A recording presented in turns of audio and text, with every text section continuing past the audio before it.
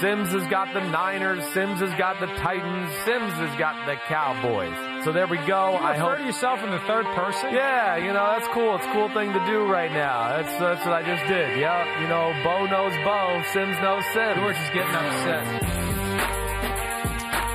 Oh, yeah, baby. We're back. Mr. Big Chest is over there with a button unbuttoned to show his big chest. Glory. Oh, yeah. Open it up, baby. Ooh, yeah. Show us some more. Woo, baby. Baby, I like it. Man. Mike Florio, Chris Sims, PFT, PM, Chris Sims Unbuttoned. It's the Picks You podcast. say unbuttoned as I button back up. Yep, button back up, okay? There's no breasts allowed on this show, okay? But let's go right into it. Please, first off, rate, review, all of that kind of stuff you do on social media, all right? And we got the Week 10 picks coming, but unfortunately, we have to review the Week 9 Come picks. Come on. Here we go. You're trying to stall. Florio let's go. had a good week. He was 9-5 straight up. 9-5 straight up. I was 6-8 straight up. Damn, it was actually better than I thought, actually. When I looked at it, I was like, I think I did worse than that. 8-6 against the spread. You were 6-2 versus the spread. I was. Best bets, you won 2 out of 3. I won 1 out of 3. That really hurt me. The damn 49ers up 14 and let the damn Arizona Cardinals back in the game. That really pissed me off. You should have listened to me. You should have deferred on the Thursday night game because it's better for business to be able to push the best bets video on Saturday and Sunday when we haven't burned one of them on the Thursday night game. Otherwise, I would have done the same damn thing, and I would have been 1-2. Okay, well, tough titty, says the kitty, but the milk's still good, and I wanted to bet on that game, all right? So that's what I did. Thank you for doing it, because now we're tied, bitch. We're tied at 15-9. You just called me a bitch. All right, now... Florio is 81-53-1 straight up for the year. I am 79-55-1 straight up. Against the spread, Florio has got a 7-game lead. He's 67-66-2. I am 60-66-9. Best bets, we are tied at 15-9. Like I always said, I want to win the straight up and best bets one. I'm putting myself out there against the spread. I wouldn't bet on a lot of these games, but I do have this beef, and I want to include the internet and social media on this, all right? Here we go. I have nine pushes or ties. Don't I get the win if I pick a push and it's a push? I mean, I've been picking it exactly. I haven't yet, so where is... Okay, but I'm still picking the point differential. Listen, exactly. I'm picking the push. You know what that means? So I get the win. Here's what this means. If you were a gambler and you believe that the favorite who is favored to win by 7 is going to win by 7, you're not going to bet on the game. You're not going to go there because then you lose the VIG. You bet the 11 to make the 10. You lose money. You're not going to bet it. So there's not some special prize for pick the margin exactly. That's not the game. I shouldn't get a tie or a loss, though. You get a push. It's a push. No, that's what it is. You get a push. I didn't bet, and you're right, and I hit the score differential exactly. It shouldn't.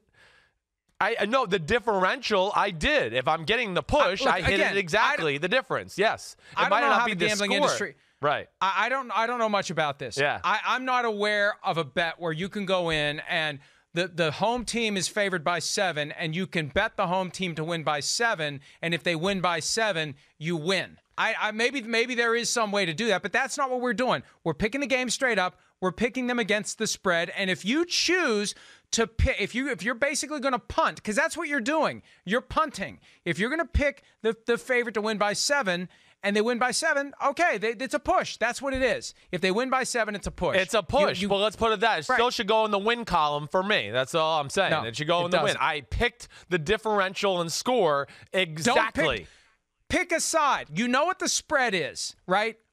Or here's what we have to do. All the spreads we use, we have to make it a half point, so you can't play this game. Fine. So you're going to have to pick a winner. You got to pick one way or the other. Maybe that's what we have to do. I don't trust Pete Demolita Lighta Lighta Litus Alitus anyways, because he can't count, so I don't like him either. All right, here we go. You know, we do have to bring in an accounting firm because remember we busted him on one of the best bets a couple of weeks ago. I don't trust the guy. I've been very leery about the counting. I agree. Since then, I don't Pete. trust him either. He's got a young baby at home. He's all frazzled Sleep and stuff deprived right now. 2 young babies, so that tells you he's twice as up as the rest of us.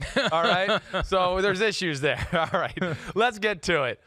Let's go. Thursday Night Football, we got a good one, all right? Chargers favored by 1.5 at the Oakland Raiders. Over, under at 48.5. And while we're on this, too, just real quick, I got to pat myself on the back. I told people to take the over last week in the Seahawks game and the Lions-Raiders game. I hit that. Just want to make sure I let everybody know. Hey, if you want to make the over/under for one of these games your best bet, then do it. I think we should, right? We should. 49ers. That should be able to. Yeah, you can do whatever. You can do whatever you want. All right, good. I just wanted to say that just because make myself feel better. But okay, we got a good one tonight. I mean, I know we both kind of waffled with which way we were going to go in this game. It's a tough one. It's a very even matchup. They're both fighting for AFC playoff spot. They're just on the outside looking in. Mike, lead us off. What do you think, man? Well, I'm glad to see the Chargers are favored by 1.5, and I'm dreading the possibility that you're going to pick them to win by 1.5. But look, we talked about this earlier on PFT Live. I was leaning Raiders, and I look at it this way. The Chargers are going to win this game easily, or it's going to be a close game the Raiders win. There's a lot of emotion that factors into this one. It's the last time the Raiders and Chargers get together in Oakland. It's one of the last games. There's only 4 remaining for the Raiders in Oakland, and I think it will be a close game, and we know how the Chargers are this year in close games. They aren't getting it done in close games for the most part. I mean, they beat the Bears in a close game thanks to a missed field goal. I like the Raiders in this one. It's a one-score game. I'll go Raiders 24-17, although it doesn't matter since the Chargers are favored. I like the Raiders with the spread. I like the Raiders straight up. 24-17 is the score I'm picking. Oakland wins tonight. Okay. All right. I mean, you hit a lot of it. I think this is what I look at a little bit here. You know, the Chargers, not a great offensive line, but the Raiders not great at rushing the passers. So I think that's kind of like advantage Chargers there. Raiders pass defense not very good. I go kind of course, advantage Chargers there. You flip it around to the other side of the ball. I like what the Chargers, with a healthy Melvin Ingram back. And, where are we at with Brandon Mebane and them, Mike? Do we know exactly? I know they were getting close, but is there anything as far as like Brandon Mebane and Justin Jones, 2 of their defensive tackles that they like to play a lot? But I don't know. Keep talking. Yeah, I'll look it up. I will. But my point, nonetheless, is that the Chargers defense is good. And I do think they can pose some problems for the Raiders on the offensive side of the ball, and especially with Trent Brown in the lineup tonight at right tackle. That scares me there too. And I just think for those reasons, I'm going to pick the Chargers to win 19.5-18. No, I mean 21-17. He didn't even hear me because he's looking it up. And he still didn't hear me. I didn't hear what you said. Yeah, What'd you say? What are you talking about? I'm trying to. You gave me an assignment on the fly, and I'm said trying the Chargers to get your are going to win 19.5-18. But okay. Yeah, funny. But go ahead, go with that. Yeah, I'm going Chargers 21-17, and I won't lie. When you made the point at the end of PFT today where you're like, if it's a close game, the Chargers will find a way to screw it up, you made me rethink myself because you're right. It seems more times than not when it's a close game, the Chargers will find a way to up. But I don't know why. I'm going down to Crazyville with the Chargers tonight. I just think they match up pretty good with the Raiders. I think they pull out the win on the road. And to answer your question, Brandon Mebane is questionable with a knee injury, Denzel Perryman knee injury for the Chargers, and for the Raiders, offensive line issues to be concerned about. Trent Brown, right tackle, questionable with a knee. Center, Rodney Harrison, questionable with an ankle. Rodney Harrison coming back at center for this Rodney one, Hudson. Huh? Thank you. Rodney Hudson. Rodney Harrison, Rodney Hudson. Whoa, the Raiders are in trouble. All right, that hits that one Thursday night. I think we're both legitimately excited to watch that game tonight, though, nonetheless. 1 p.m., Lions at Bears. Bears, of course, reeling still. Lions lose an exciting game to the Oakland Raiders last week. Bears favored by 2.5, over-under at 41.5. How do you see this one playing out there, Florio? Because the Bears have lost 4 in a row now, it's easy to assume that this is just going to continue and continue and continue. But it's November. It's a dome team coming to Chicago. At some point, the Bears are going to get their act together. They're turning the TVs off, so Mitch Trubisky doesn't have to hear people say how bad he is. At some point, though, they're going to just stumble into a formula that works. And I feel like getting the Lions there, and how many of these close losses can the Lions take before they just crater? I think this is going to be a real challenge for them to be focused. There may be an attitude that they think they're just going to show up and win this one because there's this belief the Bears are so bad. I like the Bears to finally turn it around. Maybe find a little identity offensively. Maybe work something that Mitchell Trubisky can do, and also have the defense step up at home. 23-20, I like the Bears to win this one. Close game. Lions find another way to lose a close game. When you look at the games they've lost and the game they tied, they could have won every one of them. Of course, they also could have lost the 2 games they won. I mean, they could be winless right now this far into the season. But I think it's time for the Bears to find a way to win. They got a long way to go to pull themselves back into playoff contention. I think they make a step in the right direction, getting a 3-point victory, 23-20 over the Lions on Sunday. Yeah, don't think you're crazy there. I hear you, because you're right. It's easy to fall in that trap with the Bears losing 4 in a row. You just go, oh, they're going to lose again. No, there's still some things to like about that Bears team, and that defense is still real. I mean, if they can just assemble some sort of offense just to keep them a little rested, it would go a long way. I really waffled with this one. I thought this was one of the tougher ones to pick as well. And I didn't know where to go. I'm going Lions 19-17, and I went back and forth. I don't feel comfortable about this pick in any fashion. I don't. I guess I'm just looking at Matt Patricia, the issues that they have on the offensive side of the ball for the Bears, and that there is no identity, that I'm just going to go Patricia has enough of a beat on the offense to where he can help his defense out, which is really not good. I mean, the Lions' defense is not good. It's one of the worst in football. So that does scare me. I mean, it scares me to the fact that we're like, man, maybe the Bears get back on track this week on the offensive side of the ball because of that. But I haven't seen enough from that Bears offense still to have confidence to say that. The Lions, it's the Lions. They have a good O-line. They can pass protect a little bit. So I think they can slow down Khalil Mack and company there. You know, the run game, it's different without Kerryon Johnson, but they do have the ability to at least scare you with the run. And I'm gonna play that Matt Stafford takes them on a game-winning drive late in the game to kick a game-winning field goal. I'm gonna go Lions 19-17. I just can't get behind Mitch Trubisky, Matt Nagy, and that offense yet. I gotta kind of see it one time to believe it. I'm going Lions 19-17, but like I said, I don't feel overly confident about that at all. Anything else you want to add? No. All right. Let's go to the next one. Ravens-Bengals. Ravens coming off the huge big-time win. Are they going to be, reading their press clippings? Or is it going to be one of those things where it's going to give them the confidence to go, oh, no, we're elite? And, are they going to, take advantage of the momentum and run with it? I think that's interesting. The Bengals, of course, the last winless team in football. It's at Cincinnati. Ravens favored by 9.5, over under 45.5. How much do you think the Ravens win by?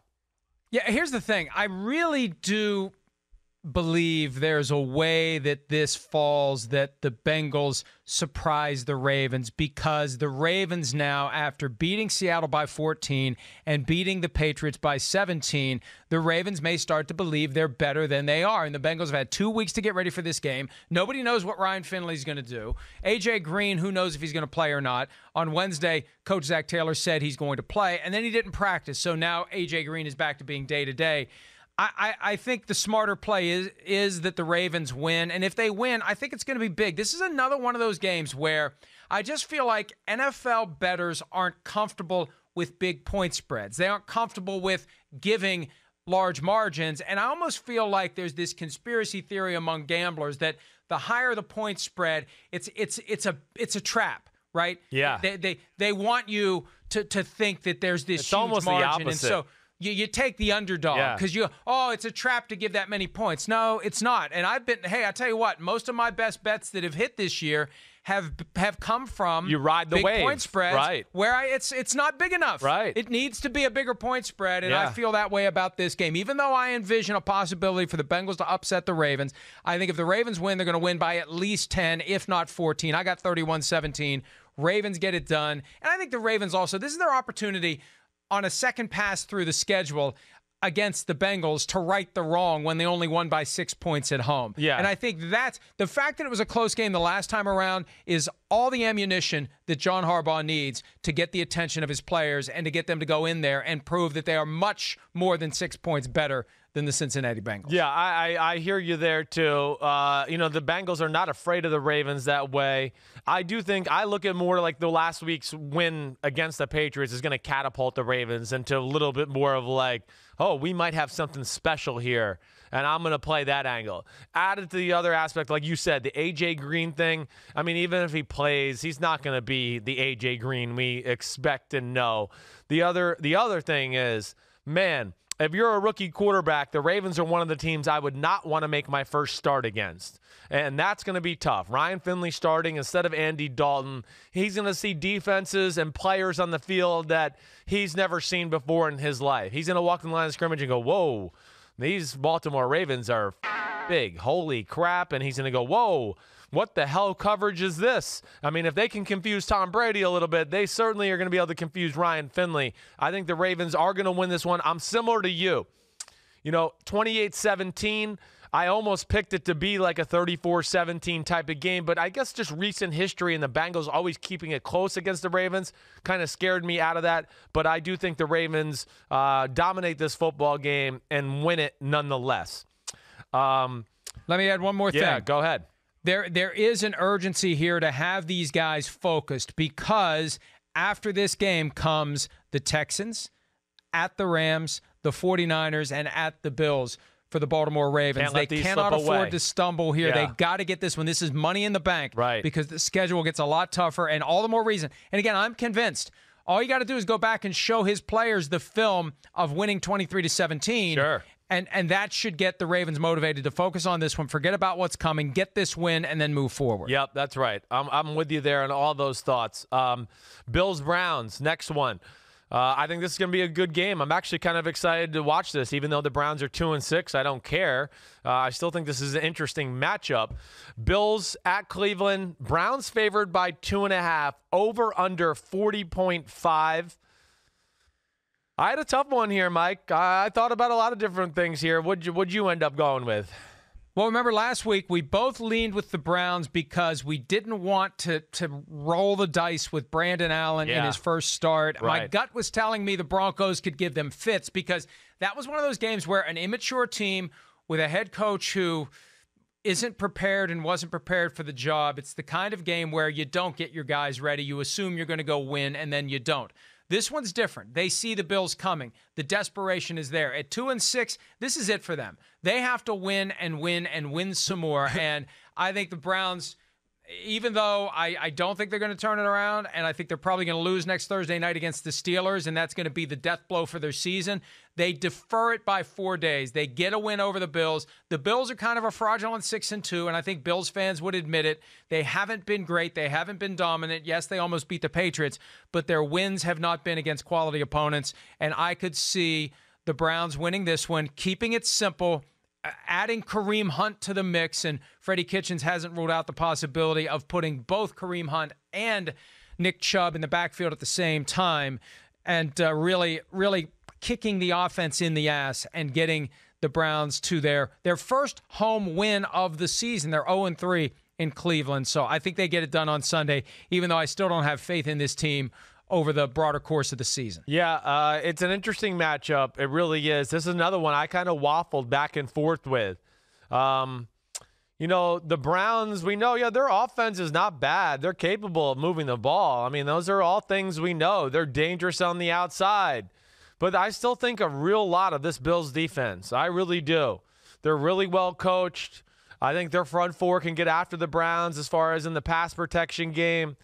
I don't know. I have a hard time thinking that the Browns are going to run the ball real effectively against the Bills defense.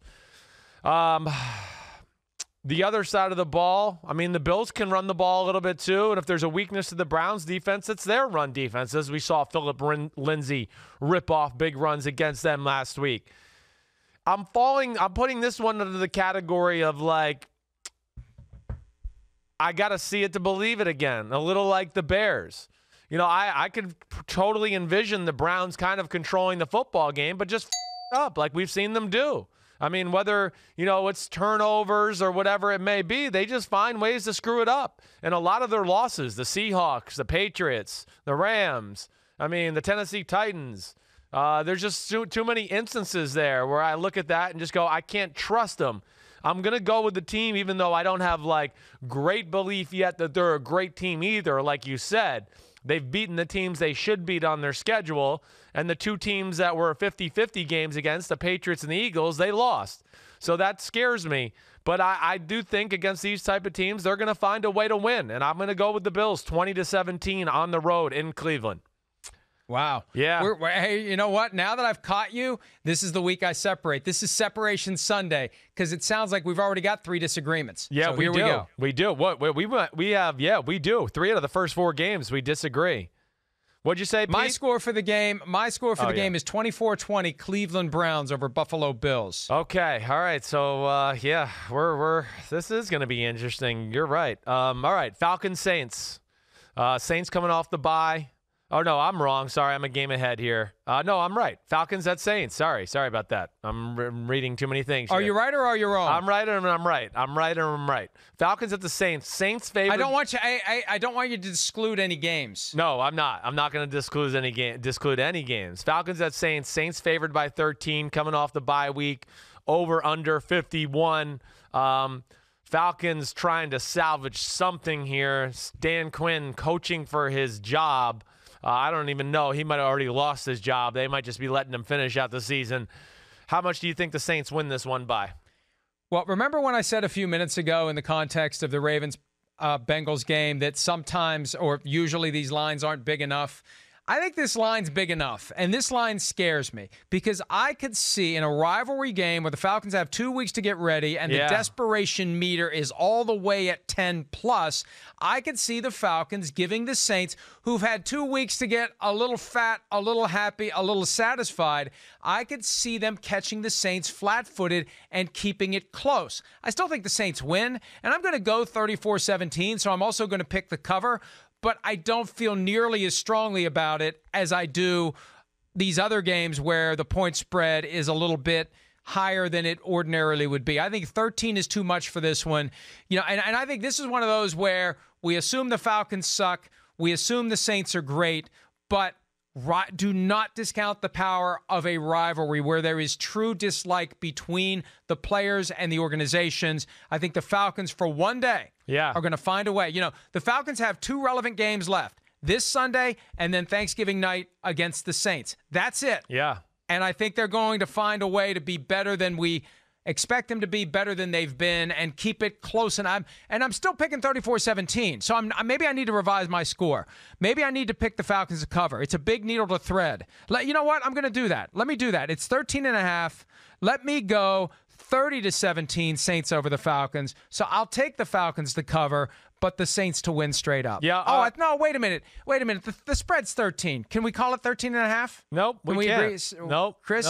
Nope. Just make You're not going to do it? Give the Falcons a field goal. I picked the game Saints to be 30-20. I like what you've said so far. It's really why I did it.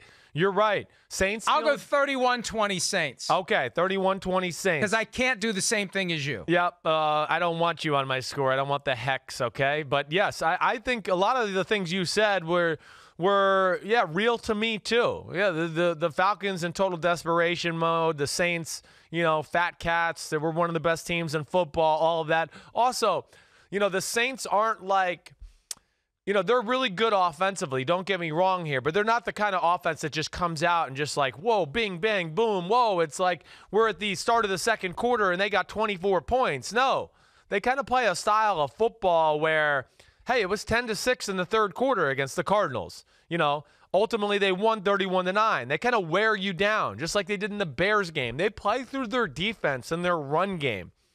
And Matt Ryan, I know he's battling the injury, but we expect him to play. And the weapons on the Falcons, I still think are good enough to where they score some points. And like you said, it's rivalry. There's, common knowledge of what teams like to do in certain situations and things like that. So I am picking the Saints to win, obviously, but I'm going 30-20 in that one. Ready for the tri-state area showdown? The battle for New York. All right, here we go. Danny Deuce versus Johnny I See Ghosts. Yeah, seriously. Here we go. Giants. Giants at the Jets. Giants favored by 2.5. 43.5 over under. Woo. Which team? This one's easy for me. You're going Giants, as am I. I'm going Giants. Yeah. The Giants are the better team. Yep. And the Giants do not have the same degree of overall dysfunction that the Jets currently have. Uh-huh. And the Jets just feel like they're falling apart and they can't get back on track. The Giants have been competitive. They were competitive against the Patriots. They were competitive against the Cowboys. The final scores don't suggest it, but they were. Right. And I think the Lions and Cardinals had to add to that. They were competitive in those games. Yeah, I think that it's time for the Giants to win.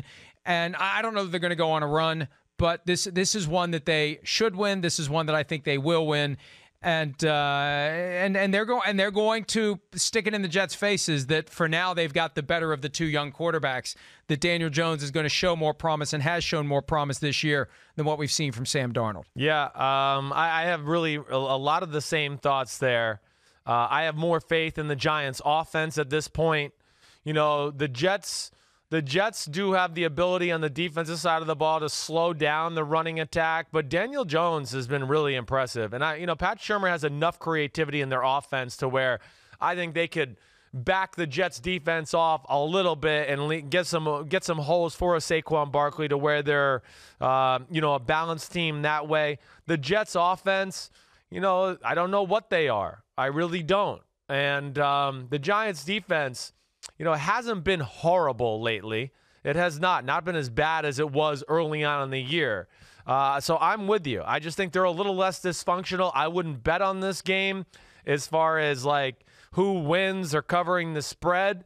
The over-under at 43.5 is interesting to me because I think points will be scored in this game. I'm going Giants 27-24, and when I just saw this over-under at 43.5, I'm writing a star there because that might be one of my bets of the week. I don't know yet, but I'm just saying it might be. That I find that very interesting. Yeah, I got, if I didn't say my score, I got 23-17 Giants over the Jets, so I don't feel as strongly as you do about the over. I do feel strongly that the Giants will win the game. Yep. All right, next one. It's the Bruce Arians Bowl. Bruce Arians, he is red. He coaches for a red team, and he used to coach a red team. And if you look at it in any press conference, he's red in general. So the Cardinals at the Bucks. Bucks favored by 4.5, over under 52. What say you, Florio? Yeah, the Buccaneers haven't had a true home game in 7 weeks. The Buccaneers have had games recently that they should have won. They should be 3 games better than they currently are. Bruce Arians has never had a 4-game losing streak as a head coach. He'd never had a 3-game losing streak as a head coach. I think there's going to be some animosity there toward the Cardinals. Even though he retired a couple of years ago, I think it was more mutual than the retirement would suggest. And also remember when he went to coach the Buccaneers, the Cardinals showed up and said, hey, we want compensation. He's still under contract for us. And I think that's something that probably sticks in his craw as well, because from his perspective, they weren't all that upset with him walking away. I like the Buccaneers to win this one. I love their pass offense. Mike Evans, Chris Godwin. You can take one away. When you take one away, the other one has a gigantic day. That's the way it's ping-ponged all year long. Evans has been spectacular. Jameis Winston, look, who knows about next year, but this is a great opportunity for Winston, Arians, the passing game, the defense to do just enough against Kyler Murray. I like it 26-17, Buccaneers over the Cardinals. Even though the Buccaneers, I think, are too far removed from, especially in the NFC, putting something together that would put them in playoff contention, they get to 3-6. 3-6 better reflects what kind of a team they are than 2-7 would. Yes, it would. It is an interesting game. I mean, neither defense is very good. The Bucs, let me say this, they can really stop the run. They got some big up front, so they're good in that department. But the Cardinals are not a team that's looking to beat you with the run in general. They just want to run it enough so Kyler Murray and Cliff Kingsbury can throw it around the lot. The other side of that is Jameis Winston, he's played well. I know he had the little bit of the debacle in London against the Carolina Panthers, and not all those turnovers were his fault. But, man, he's had some really good moments here where I've gone like, damn, okay. I mean, last week, hey, he played awesome football. There's no denying that. The Tennessee Titans game the week before was not bad either. He played well there. I'm going with the Bucs at home too, a little bit just because I don't trust the Cardinals defense. And you said it, the Bucs are aggressive. They can protect the passer. He's going to push the ball down the field. Bruce Arians will have a little bit of extra motivation to shove it in his old team's face that way. And I'm just going to go with them because they are at home. I'm going Bucs 34-31, even though this is dangerous too.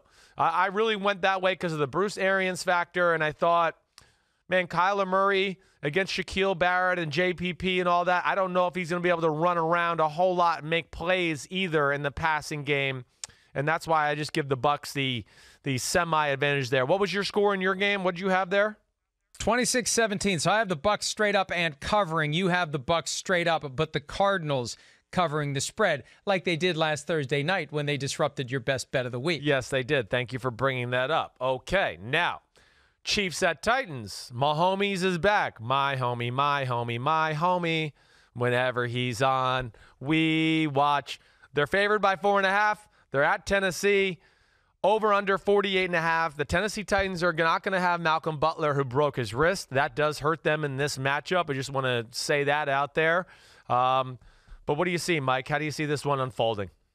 Well, you know the drill with the Titans. When they're favored, they lose. When they're the underdogs, they win. I've gotten away from that, though. That theory has been debunked in recent weeks. Yes. And it will be definitely debunked this week. Although the Titans are good enough to beat the Chiefs. I think the Chiefs, buoyed by the last-second victory over the Vikings, they understand that the margin for error is small, given that they have 3 losses. The Ravens have 2. The Patriots have 1. And actually, the Chiefs see an opportunity maybe because they hold the tiebreaker with the Ravens. Yeah. Maybe there's a way for the Chiefs to rise up and get the number 1 seed at a time we were thinking about writing them off. I like the Chiefs to win this one by 10, 27-17. Whether it's Mahomes, whether it's Matt Moore, Andy Reid, genius.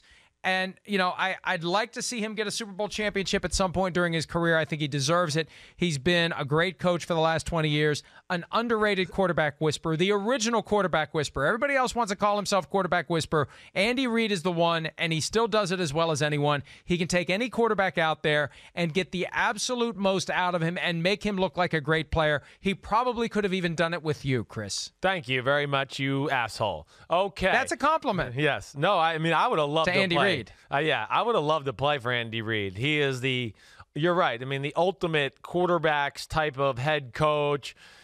Just continues to give his quarterback confidence. Even when he plays bad, he makes excuses for his quarterback. I love Andy Reid, and I'm with you. I feel like with Andy Reid, I feel the same way like I felt with like John Elway when I was like 18 years old, where I just wanted him to win a Super Bowl. I wanted John Elway. I felt like he deserved it. And that's how I feel with Andy Reid, too. And that's why I do root for them, let alone Patrick Mahomes is really fun to watch. You've heard me say it a million times lately. The Chiefs' defense has changed. I really like that aspect. The Tennessee Titans offense, it's I just don't know if there's anything there to be scared about. The Derrick Henry factor and them pounding the ball with him like we saw at the end of last year has not really been a factor this year. Ryan Tannehill has been better, but I don't sit there and watch this offense and just go, oh, wow, yeah, man, it's weapons galore, and they're going to throw the ball all over the place here and there. So I think the Chiefs' defense will get a beat on that Titans offense. The other thing is, I do worry about no Malcolm Butler. The Tennessee Titans like to play man-to-man a lot. And really, I think with Mahomes not being there and them coming out with a little bit of a different game plan on offense the last few weeks with Matt Moore, I think they're going to be able to fuse the two offenses together, like pre-Mahomes injury, post-Mahomes injury. And I am clamoring, please, Andy Reid, run some of the plays I've seen you run the last few weeks with Matt Moore at quarterback. Doesn't always have to be, 3 and 4 wide receivers and everybody get out, scot-free, the backs out, all receivers are running down the field. I really like this aspect of a little two tight end play, a little bit more of the run game, a little bit under center, max protect, play action, just let 2 or 3 guys go out. Let Tyreek Hill run a corner post while you got 7 guys protecting, and let Mahomes throw the thing 75 yards in the air. And then have Sammy Watkins running a cross route at 25 or 30 yards. I think there's a chance here where the Titans are going to have to prepare for kind of both offenses, and that's going to be tough. I'm going Chiefs, 30-20 on the road. And I really do. We'll see this week, but I think him being out, Mahomes I'm talking about, could come back to be a blessing in disguise for this team because it made them find some other ways to win games. And I like that. So Chiefs 30-20. It really is amazing that Andy Reid and John Gruden have connections back to that Green Bay Packers coaching staff, even for a limited time, because they have such different styles dealing with quarterbacks, right? Andy, there was a clip last week. You could see Andy Reid with Matt Moore, and he was very encouraging and very positive, and that's the message that comes through. With John Gruden, I think John Gruden's idea is, if I put them through hell every minute of their lives when they're not on the field, life is actually going to be easier for them when they're on the field. You're right about that. I used to say that. I used to go out in the games and go, thank God that asshole. I think I got that from you at some point. Yeah, thank God that asshole's not 10 yards behind me yelling at me, because that's what he'd be doing all practice. I mean, I'd call a play in the huddle, Mike.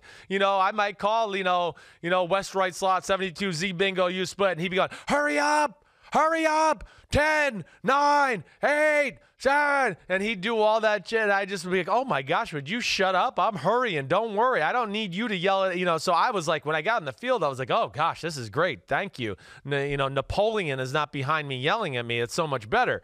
So I do think there's a little method to that madness for Gruden, and it doesn't always work with everybody. All right, I got a little read to do, little NHL podcast, because NHL is big here on NBC Sports and on NBC in general. Our Line Starts, new podcast with all our NHL analysts. We know them, Mike. They're a bunch of knuckleheads, and I mean that in an endearing way. They're my kind of guys. Careful when you use knucklehead. It can be misinterpreted. I got Pat McAfee's army on me because I called him a knucklehead, which I totally meant in an endearing way as well. But in their latest episode, friend of the pod, Liam McHugh, hits on the latest NHL news with Keith Jones and Patrick Sharp, including whether Milan Lucic, right? I think I said that right, deserved to get suspended for a sucker punch. And here it is right here. I mean, I don't know. That's not much of a sucker punch. The guy was looking right at him. I mean, that wasn't that. He approached him from 12 o'clock and winded up. I mean, so I don't know if that's much of a sucker punch. And that's hockey, if you ask me. Also, Pierre Maguire interviews Islanders forward Matthew Barzal, and a mysterious Dominic Hasek impersonator calls into the show. Download and subscribe wherever you get your podcasts. Our Line Starts, NHL podcast through NBC Sports. Check it out. Those guys are good dudes, and I like Liam too. How would you even know that it's a Dominic Hasek impersonator? Who knows what Dominic Hasek even sounds like? Didn't he last play 20 years ago? Well, yeah, but I guess if you're a hockey fan that listens to hockey podcasts, you probably know what Dominic Hasek sounds like. I don't know. I mean, I'm sure hockey fans are going like, who the hell knows what Chris Berman sounds like? Yet you do the greatest impression of him ever because we're obsessed with football. Do your Chris Berman. Can you do it? Yeah, I can't. It's not. No, it's not you very can't do good. it when you call for. I think it's very good. Yeah, I think it's very good. I'm not your trained SEAL. I think you're very good at it though, and don't choke under the pressure. Okay, here we go. 4 o'clock games. Dolphins. Oh, first of all, what? Can I just say this? Why in the hell is Dolphins Colts a 4 o'clock game? It's Indianapolis, right? I thought I was misreading this too. I was like, wait, did they put this in the wrong part of the schedule here? But Dolphins at Colts. Colts favored by 10.5. Over under 44. And we don't know for sure if Jacoby Brissett's playing yet. So this is interesting to me. I'm picking the Colts to win the game, but I don't know how comfortable I feel about the points yet. So go ahead, Mike. I mean, think about it. If you're in Miami, right, or Indianapolis, do you want to? I mean, I guess if you're in Indianapolis, the Colts are still alive. But if you're in Miami, do you want your network to be cluttered up with that game? No, I want to watch the other games that are on, and maybe the other games will be available, Panthers, Packers, Rams, Steelers, but it just seems odd that it would be there. I guess without that one, there would only be two, so they felt like they needed to have a third one. I like the Colts 20-17 because the Colts play down to the level of the competition. We see it almost every week. They barely beat the Broncos. They lost to the Steelers. This is a game they should win. This is a game they will win, but not by very many points because, look, the Dolphins are better than their record suggests.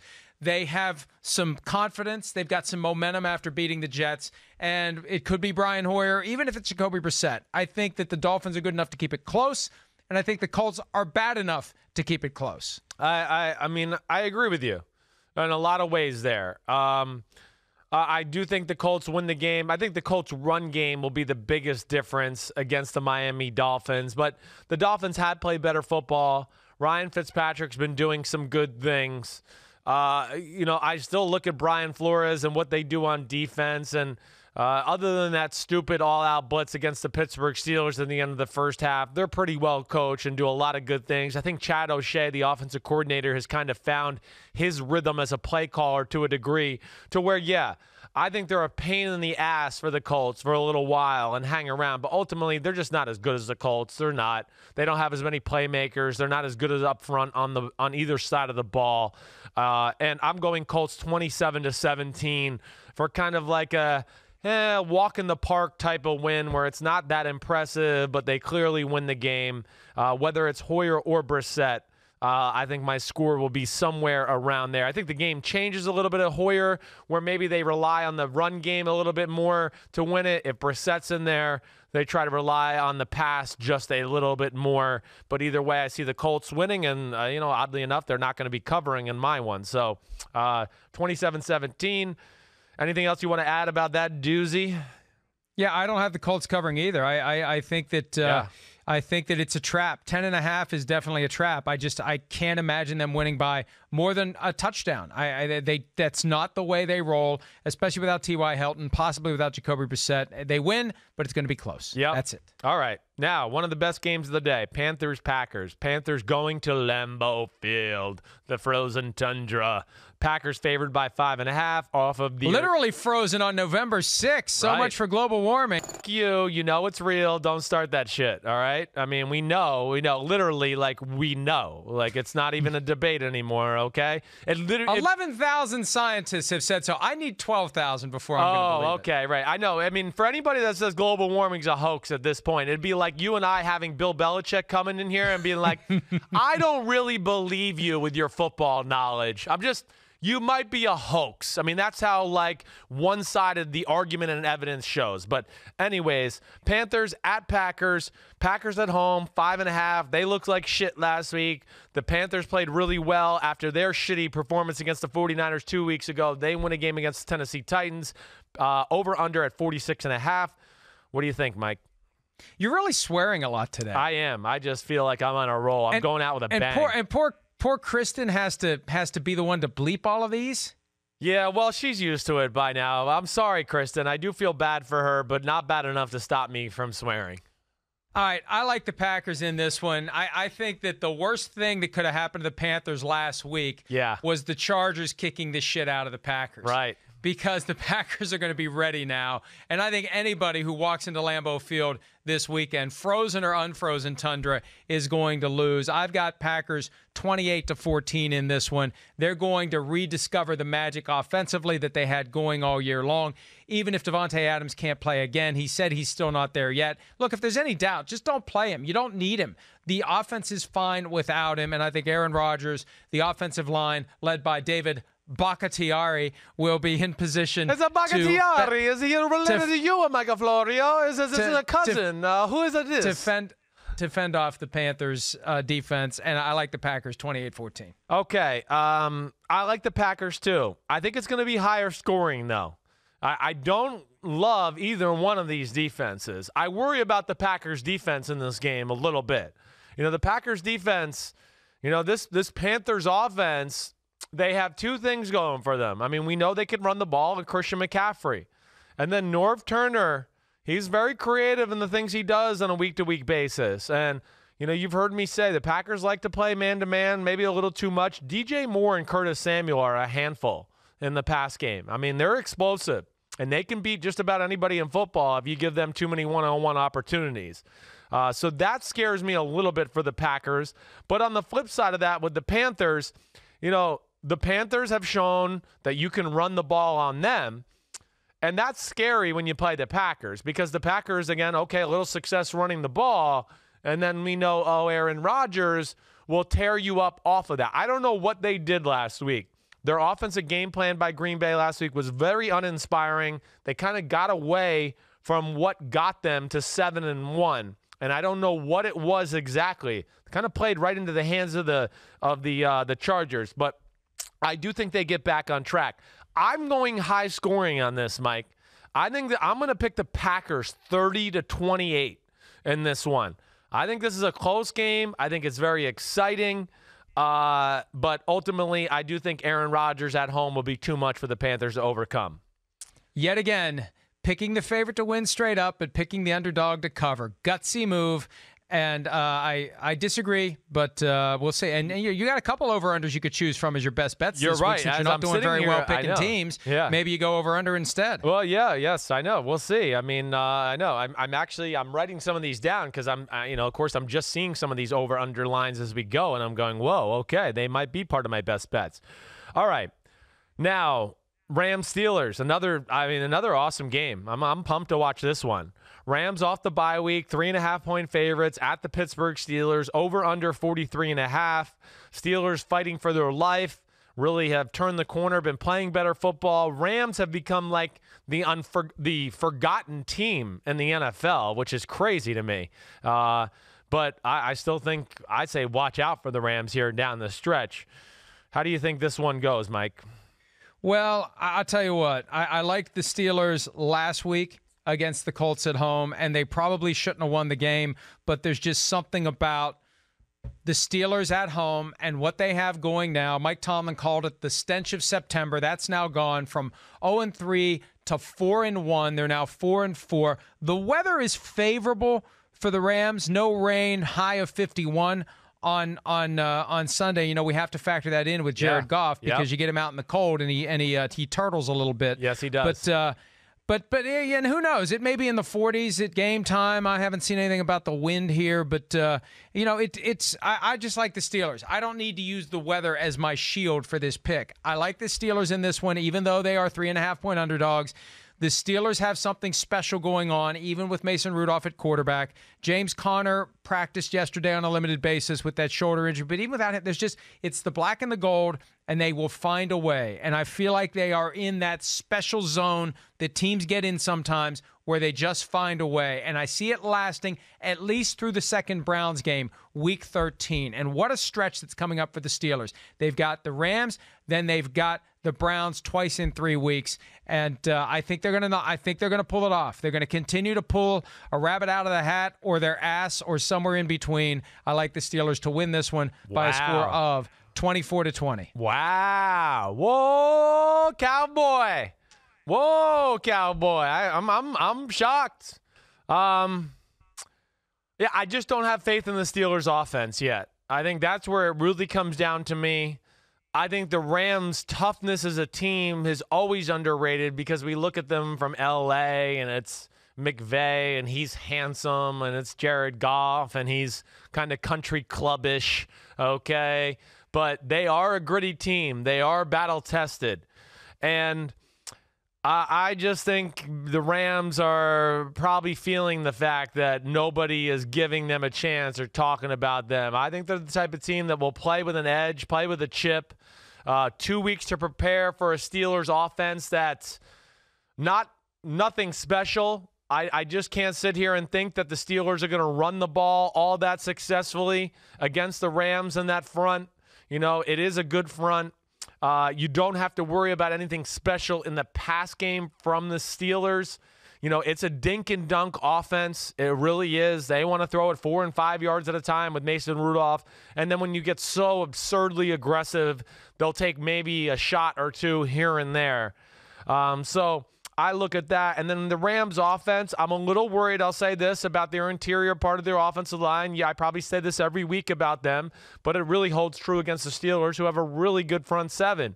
But I think because of the 2 weeks, McVay will have enough of a game plan to neutralize the aggressiveness of that front seven from the Pittsburgh Steelers. I'm going Rams 24-13. I think they win this game. I'm not going to say, like, I think the game will probably be closer than what I'm saying. Like, I think it'll be a, 17-13 Rams lead, and they put it away with a late touchdown to kind of win the game that way. But I do like the Rams, no doubt about it, and I'm going with them. You want to hear something that is completely irrelevant but fascinating to me? Yeah. The series between the Rams and the Steelers, which actually began in 1938 when it was the Cleveland Rams taking on the Pittsburgh Pirates. Okay, that's how far back these franchises go. Right. From 1938 through 1978, the Steelers were 1-12-2 against the Rams. Since 1979, when they met in Super Bowl 14, right, the Steelers are 7-2, make that 8-2 against actually make that 8-3, still good against the Rams franchise. I'm just fascinated by that. Yeah, the Steelers have won funny. 3 in a row, right, dating back to 2003. That was the last vestige of the greatest show-offs on turf that came into Pittsburgh and won 33-21. But regardless, I like the Steelers in this one. And I didn't realize the history, but yeah, at one point it was Cleveland-Pittsburgh. And it was the Pittsburgh Pirates for the first few years. Then it became the Steelers and the Rams.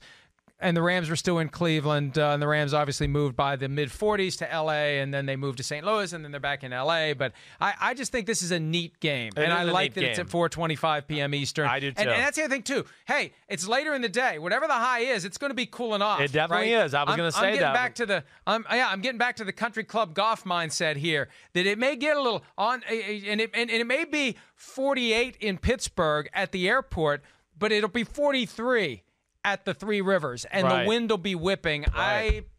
I like the Steelers, baby. I'm excited to watch the game too, though. I really am. This is a good one, and really, I don't know. I think we would both agree that whoever loses this game is in deep, deep trouble as far as the playoffs are concerned. You're going to have to go on some big-time run here down the stretch to pull it off. All right, let's go to Sunday Night Football. Winds gusting up to 23 miles an hour during the game. Wow. So, yeah. That's not on good. And where they gust is on that river, baby. Yeah. I've been in that stadium, and it is miserable on a cold day. It definitely is. I've been there on a cold day as well. All right, let's go Sunday Night Football, our game. Awesome matchup. Maybe the game of the week. The Purple People Eaters, Mike Florio, going to be so vested in rooting for his team. The Vikings at the Cowboys. Vikings lose a heartbreaker. Cowboys win kind of an ugly game against the Giants.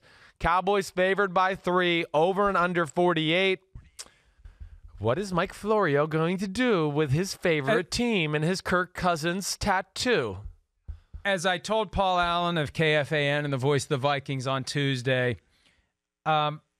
you watch Rocky 2 over and over and over again, the ending is always the same. Now, that's exactly what the Vikings are with Kirk Cousins at quarterback in prime time. It's always going to end the same way. And the Vikings are Apollo Creed. And I don't know how, I don't know when, I don't know where, but there will be a moment when Kirk Cousins will need to make a big throw in a big spot, and he is so damn aware. That's his biggest flaw. I agree with you, Mike. Contrast him with Lamar Jackson. Yeah. Lamar Jackson is unaffected by the stakes of the game, by whether it's at night, whether it's at daytime, whether it's, he just goes and plays. Talked about this earlier in the week. He just goes and plays. That's right. He doesn't care. Yeah. He doesn't care. He goes and plays. Kirk Cousins is incapable of ignoring the stakes and ignoring the platform. And he knows all the haters are going to be watching. and everybody's going to be scrutinizing everything he does. And it feels like a bigger deal, and it's going to be harder for him to perform in that setting. Case in point, right? We do this show, we do this podcast, we can do whatever the hell we want. We screw up, no big deal, you just keep moving. But Sunday Night Football, right? Prime time there. And we know in that last half hour, a lot of people are watching. It starts to mess with you a little bit. Yeah, sure. Doesn't it? Sure. You know you got to be on your game a little bit more. And when you do, you feel a hell of a lot better when you deliver a couple of sentences flawlessly than when we do it here. Because here, who the cares? Yes. There, it's a bigger deal. And it's kind of the same thing. But the problem is Kirk can't perform in those spots. And we've seen it over and over again. Cowboys 27, Vikings 17. And at some point, Kirk Cousins will either make a big mistake or they won't trust him to potentially make that big mistake, like 3rd and 13 when the Vikings were up 23-20 and they dial up a draw play instead of letting him throw it down the field and maybe get a confidence-building 15-yard gain and ice the game in the process. I know what's going to happen. I don't know why I want to watch the game. I know what's going to happen. Cowboys are going to win, Vikings are going to lose, and then they're going to have to scratch and claw to try to get the 5 seed or the 6 seed, and maybe they won't even get that. Yeah. But, so that's it. I've exhausted myself talking about it. Yep, I know you have because you're emotionally invested in your Vikings. I get that, and you should I'm not emotionally invested because I know what's going to happen. Yeah. I know what's going to happen. It doesn't matter. You're still going to root for them and hope that they win. I know you will. I know you will. I know you will. Okay. And then we're going to have so much fun on Monday morning on PFT, too. I mean, either way, it's going to be so much fun. If the Vikings lose, I'll get to hear you make the whole spiel about Kirk Cousins. If they win, oh, my gosh, it's going to be even more fun. Because we're going to be able to talk. Should I pack the Cousins jersey? Yeah, Kirk Cousins will have to have one in prime time in a big moment. And I'm going to be able to play that against you the whole morning. It's going to be a blast of a show either way. Win-win for Chris Sims. I'll pack the Kirk Cousins jersey. Please and do. if they win Sunday night, I'll wear that stupid jersey on set with you for the show. Find a hoodie or something to wear underneath it, okay? Don't wear a button-up shirt underneath the jersey. Listen, you're the last person to be telling anyone how to dress with the top button that's always buttoned and there's no variation. I mean, we were in the makeup room a couple of weeks ago, and this guy walks in, and he's got his top button unbuttoned, and it's like, who the is that? Oh, it's Chris. I hadn't tied my tie yet. Yeah. Your top button is buttoned so often that all you have to do is unbutton it, and I don't know who you are. All right. It's good branding. That's how good I am. Okay. Yeah. First off, intriguing matchup. You know, both teams want to run the football. Both teams run a similar defensive style. Adam Thielen not being able to play, I do think it hurts the Vikings a lot. I mean, the Vikings, as we've talked about so much, they want to run the ball, they want to run bootlegs. And then when they get the right one-on-one matchups on the outside, they'll take some aggressive shots down the field. Well, when it's only Diggs, you know, that hurts their chances there. And, you know, maybe the Cowboys do double him from time to time. I'd be like, man, that's the one guy in the pass game in an obvious passing situation that can hurt us. Why wouldn't you do that? But you never know with the Cowboys. They're stubborn like Minnesota. They don't really change up what they do on the defensive side of the ball. But I think ultimately where I look at the game and go, it's very even, I just look at the advantage to the Cowboys more than anything, in my opinion, would be that their pass game, their drop-back pass game is diverse. And they are pretty creative. And even though, and Amari Cooper, he's an awesome route runner. You heard me say this earlier on the show today. You know, the Vikings are going to have their hands full because they're not particularly big front seven. And I think Mike Zimmer's going to know that. So the run game's going to scare him. And that's going to lead to some one-on-one matchups on the outside that I just don't think favor the Minnesota Vikings there. I think Amari Cooper will have a field day against Xavier Rhodes or Trey Waynes. It doesn't matter. And the rest of the receiving core in Dallas is not bad either. So that's ultimately why I picked them. I'm going Cowboys 27-20 to win the game at home, and that's that. Kirk Cousins is 6-13 in prime time now by virtue of the win 2 weeks ago against Washington, which was not by any means a blowout, and it was closer than it should have been, although he played well in that game. And they've got, Chris, after this one, they've got a Monday night game against the Seahawks, a Sunday night game against the Chargers, and a Monday night game December 23 against the Green Bay Packers, which I think will be win and keep your playoff hopes alive, lose and you're done. And my son wants to go to that game, and it's like you really don't want to put yourself through that 2 days before Christmas. Yeah, I hear that. This is a very important stretch for the Minnesota Vikings. And, I mean, to your point, in all honesty and seriousness, I don't think any of us are going to take the Vikings serious until they win one of these games. Like, you're right. I mean, they don't ever seem to win them. Even if they get in the playoffs, it'll be like, oh, okay, great, they got in the playoffs. I mean, I don't think any of us are going to take them for real until they show that they can win some of these tough, nitty-gritty games on the road, which will give us confidence that, oh, they can win a tough, nitty-gritty game on the road in the playoffs. And right now, they really have not. They don't give me any confidence as far as that conversation is concerned. And Chris, it becomes a self-fulfilling prophecy because they're aware of it, right? Yes, right.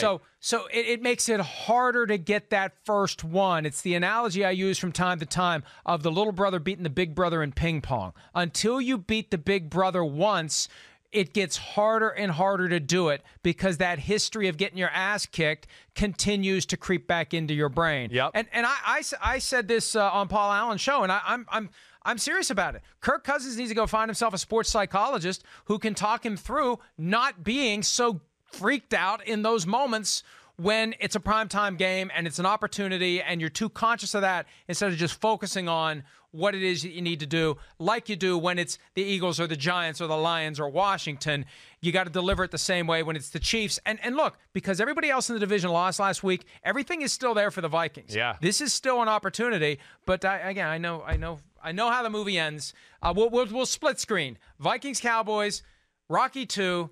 And just as Rocky's getting up off the mat to win, that's when the Cowboys will be celebrating their victory, and Jerry Jones will be high-fiving and fist-pumping and all the other stuff that he does when he gets a victory. You're hilarious. All right, here we go.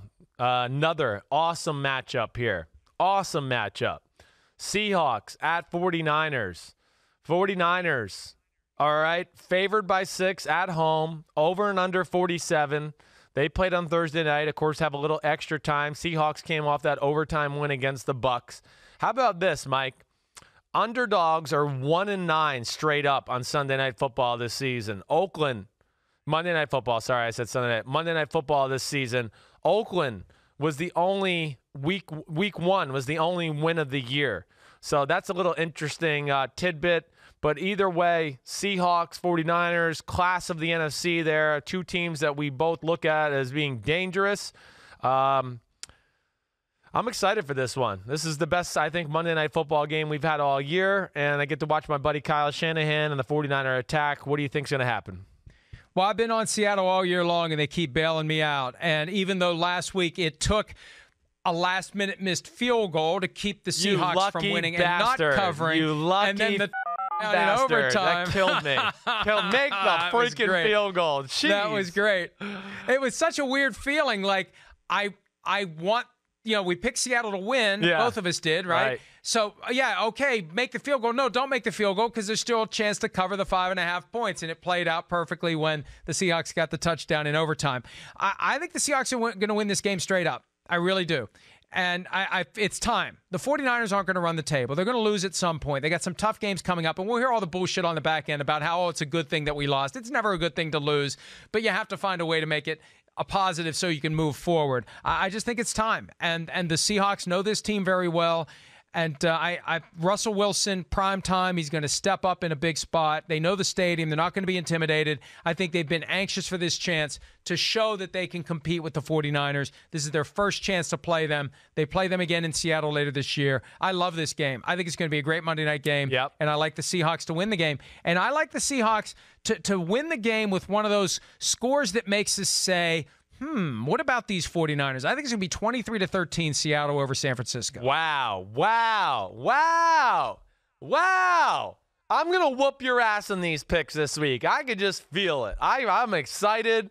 Man, no way am I going with the Seahawks in this one. Not with that defense this year. not against this 49ers offense. They can't catch Russell Wilson. Yeah, well, yeah, right, they can. Have you seen this front four? I mean, Nick Bosa, him, D Ford, the rest of that crew, I do think they can. I do. I think they can give this Seahawks offense a tough time in all facets. There's too much on Russell Wilson's shoulder to make it all happen anyways, and this is not the kind of team I think he can take over against. Also, Kyle Shanahan has shown when he has an offense that's physically able to match up with the Seahawks, he knows how to fuck this Pete Carroll defense up. He did it in Atlanta. He's always given Pete Carroll some issues as far as that's concerned. And I think he's going to give them issues this week. I think they win this game 31-21. I still think the 49ers are special. The 49ers are going to lose at some point. I get that.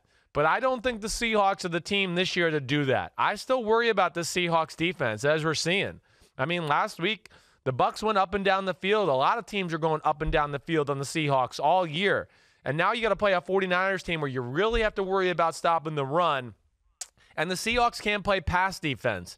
And Joe Staley's back on the offensive line. And I just don't think it's a good matchup for the Seahawks. I think it's going to be a lot of fun to watch. But I think the 49ers are a class above the Seahawks here. And I'm going 31-21 49ers. All right. Well, I just there's something about the Seahawks. Yeah, there's something about this matchup. They're ballers. There's something about this. Yeah, and again, it's one night. It's one night, and I feel like it's fallen the 49ers' way so many times this year. It's just time for it to not fall their way. This is not a team that's going to go undefeated. The loss is going to come at some point. I'm probably going to pick them to lose every week until they do lose, because at some point they have to. I hope they just go ahead and lose this week so I can go back to picking them to win, because one of the things we learned this year, you don't pick against the San Francisco 49ers because they will kick your ass if they do. We disagree on 5 games this week, Chris, which means awesome. I currently lead you by 2. I'm going to lead you by 7 by the time we do this next Thursday. Yeah, right. Don't you worry. We'll see about that, slugger. Okay? Now, it's my other favorite part here, the best bets part. Okay? And I got a lot of things written down here today. I mean, because there are some over-unders that really jump out to me, and I'm just going to talk about them real quick, all right? Just not that I'm picking them yet, but just for the people listening. The under tonight jumps out to me. I just don't imagine either team scoring a ton of points in this football game. The over in the Bucs Cardinals game, that's another one. I mean, it's at 52. And it's one of those, like to your theory, where, 52 is the highest over-under of the weekend. But I would ride that wave. I really would. That one's, very interesting to me. I also like the over in the Giants-Jets game, but it scares me a little bit when you have rookie quarterbacks and teams that are not good. I always get scared that way as well. But I just wanted to throw those out there. I might pick one of them, but I'm not sure yet. So let's start it off. Best bet number 1.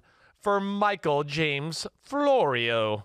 I'm going back to my theory that these spreads often aren't as big as they need to be. And although I have some concern that the Cincinnati Bengals could upset a Ravens team that, number 1, is feeling very satisfied with itself after winning by 14 in Seattle and beating the Patriots by 17. And number 2, the Ravens have some tough matchups on the immediate horizon. Teams like the Texans, the Rams, the 49ers, etc. I still like the Ravens to win this one, and I like them to win it big enough to cover the 9.5-point spread. I don't think the spread reflects the difference between these two teams. Ryan Finley is the starting quarterback for the Cincinnati Bengals. Lamar Jackson is the starting quarterback for the Baltimore Ravens. That alone is enough to get me to say the Ravens win by more than 9.5 points. Man, I'm really on the fence with that one. I really am. I don't know what to do. I'm not even going to go there yet. I don't know if I'm going to go there yet. Okay, I'm going to do this for the first time this year. My first best bet of the week is I'm going with the over on the Bucs and Cardinals, all right? We're allowing that. You're okay with that, right? I'm fine with that. I'm fine with anything that you're going to get wrong. Okay, well, I'm going with the over in the Cardinals-Bucs game. The over-under is at 52. I'm going Bucs 34-31, which, of course, is 65 points. I like that one. I do. I think it's 2 aggressive offenses versus two secondaries that are not very good, and I think we're going to see points galore in that one. So that's my first bet of the week. Okay, bet number 2, Florio. Where are you going? Well, they let me down last week. I'm going to give your guy Aaron Rodgers a chance to redeem himself. I had the Packers as one of my best bets last week, and they failed miserably. This week, with the Panthers coming to town and the Packers pissed off about what transpired in L.A., I like Aaron Rodgers to get everybody on the same page, everybody pointed in the right direction, and I like the Packers to beat the Panthers by more than 5.5 points. Again, Kyle Allen, all due respect, versus Aaron Rodgers. There's your 5.5 right there. I like the Packers to cover. I like the Packers to win. I just worry about the Packers defense, and that's what scares me in that as far as the bet is concerned. Now, my second bet, I'm going to the place close to you. I'm taking the Rams. I am. The Rams, 3.5-point favorites. I think they're going to win by 11. I got them winning 24-13. I don't have any faith in the Steelers' offense. I think they were lucky to win last week. I think they were outplayed by the Dolphins for 2.5 quarters and really were kind of fortunate there in a lot of ways. And I think this Rams team is going to be chomping at the bit. Jalen Ramsey on the defensive side of the ball and everything like that, where I think that's kind of an ugly game, but they eventually pull away. And I'm going to ride with the Rams in the bye week, and that Sean McVay's got a few wrinkles up his sleeve and has that team ready to go in Pittsburgh. I'm going to do it. Even though Jared Goff in the cold weather does scare me a little bit, I'm not going to lie. I'm still going to go true to my heart here and pick the Rams. Yeah, I tell you, the more I look at that weather forecast, the more I think about it, I believe in the Steelers. So I will be rooting for Pittsburgh aggressively. Sorry, Rams fans, but we just want to be right. We don't care about which team it is. We just want to be right, which leads to my final pick of the week, Chris, because, look, I'm betting with my brain, baby. The Dallas Cowboys giving the Vikings 3 points. I think the Dallas Cowboys are going to win by more than 3, at least by 7. I've got them winning the game, I think by 7 or by 10 points. Either way, more than 3. The Vikings are going to do what the Vikings always do in primetime, especially with Kirk Cousins at quarterback, hyper aware of the stakes, and a big mistake at a bad spot and a failure to take advantage of whatever opening may be there to win the game. Dak Prescott, much cooler under fire. Ezekiel Elliott, every bit as good as Dalvin Cook and getting better and better each week. I think that the Cowboys are going to win the game. I think they're the better team right now, and I'm going to cash my ticket. Cowboys -3. Give me that one. Yeah, I'm not mad at you there. I mean, that's an emotional hedge. That's for sure. I know that. But I don't think you're crazy there. I don't. I guess what scares me a little from picking this is just the Cowboys' inconsistency a little scares me. But your logic makes a lot of sense. I'm really torn here. I'm really going I'm thinking about the 49ers, but I do worry about, just like you said, Russell Wilson. And if there's a weakness to the 49ers, you've heard me say this, I do think it's Richard Sherman on the outside. And I do think the Seahawks would get great enjoyment out of picking on Richard Sherman with their receivers and Russell Wilson out there. So I'm scared to go there. I'm the Ravens thoughts. I'm very with you on the Ravens. I guess what scares me about the Ravens is the Bengals have a pretty good secondary. They might load the box. The Ravens normally are not the type of team that blows people out, and I get scared of that aspect a little bit. And then the Chiefs and Titans is the other one that I look at, because I do think that the Chiefs, with Mahomes back, is going to energize them. Their defense has been playing better. I'm going to go with the Chiefs. I am. I'm going Chiefs. I picked them to win 30-20. I just think their defense, like you've heard me say a million times the last 3 weeks, has been much, much better. I think they will slow down this Titans attack. And I'm hoping that Andy Reid kind of fuses the Matt Moore Mahomes attack together, and Mahomes makes some big plays during this game regardless. So I'm going the Chiefs as my third best bet of the week. Yeah, that's a gutsy move, because you never know what's going to happen with the Tennessee Titans. The Titans are crazy. I know. You're exactly right. They're scary. I mean, they really are. But I don't know. That they don't scare me as much this year as they have the last 2 years. And I don't know. Like I said, I think the Chiefs have a little bit more toughness than years past. And I kind of like the direction they're headed in right now. So there you have it. There's the best bets of the week. Florio's got Baltimore. Florio's got Aaron Rodgers in Green Bay. Florio's got the Dallas Cowboys. And then Sims is going over in the Cardinals-Bucks game of 52 points. I'm going with the Los Angeles Rams on the road to cover the 3.5-point spread against the Steelers. And I'm going with Patrick Mahomes and the Kansas City Chiefs to win by more than 4.5 on the road at Tennessee. That's it. Mike, you the man. Make sure you pack your Kirk Cousins jersey, okay, just in case they win. And it's even going to be even better. Man, I don't even know. I feel like I might be rooting for the Vikings now because it's a best bet of yours, and you'll have to wear the jersey. And it just seems like such good TV for Monday morning that I don't really want to root for the Vikings, but I might just for the Florio factor. Now, I will. I've got the Vikings Salute the Service hoodie, so I'll wear that under the Cousins jersey. I like that. Is that acceptable That's for you? right. And don't you worry, I'll bring the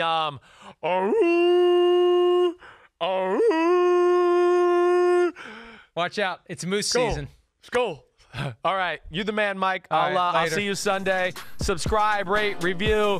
Monday I will do the Week 10 recap with Ahmed. I know Mike will do the PFT PM podcast some point Monday afternoon, Friday, all whatever. Your questions answered. All Friday. your questions answered. You heard Mike. All right, dude. Have a good few days. I'll see you Sunday morning. Peace out to everybody out there. Have a good weekend.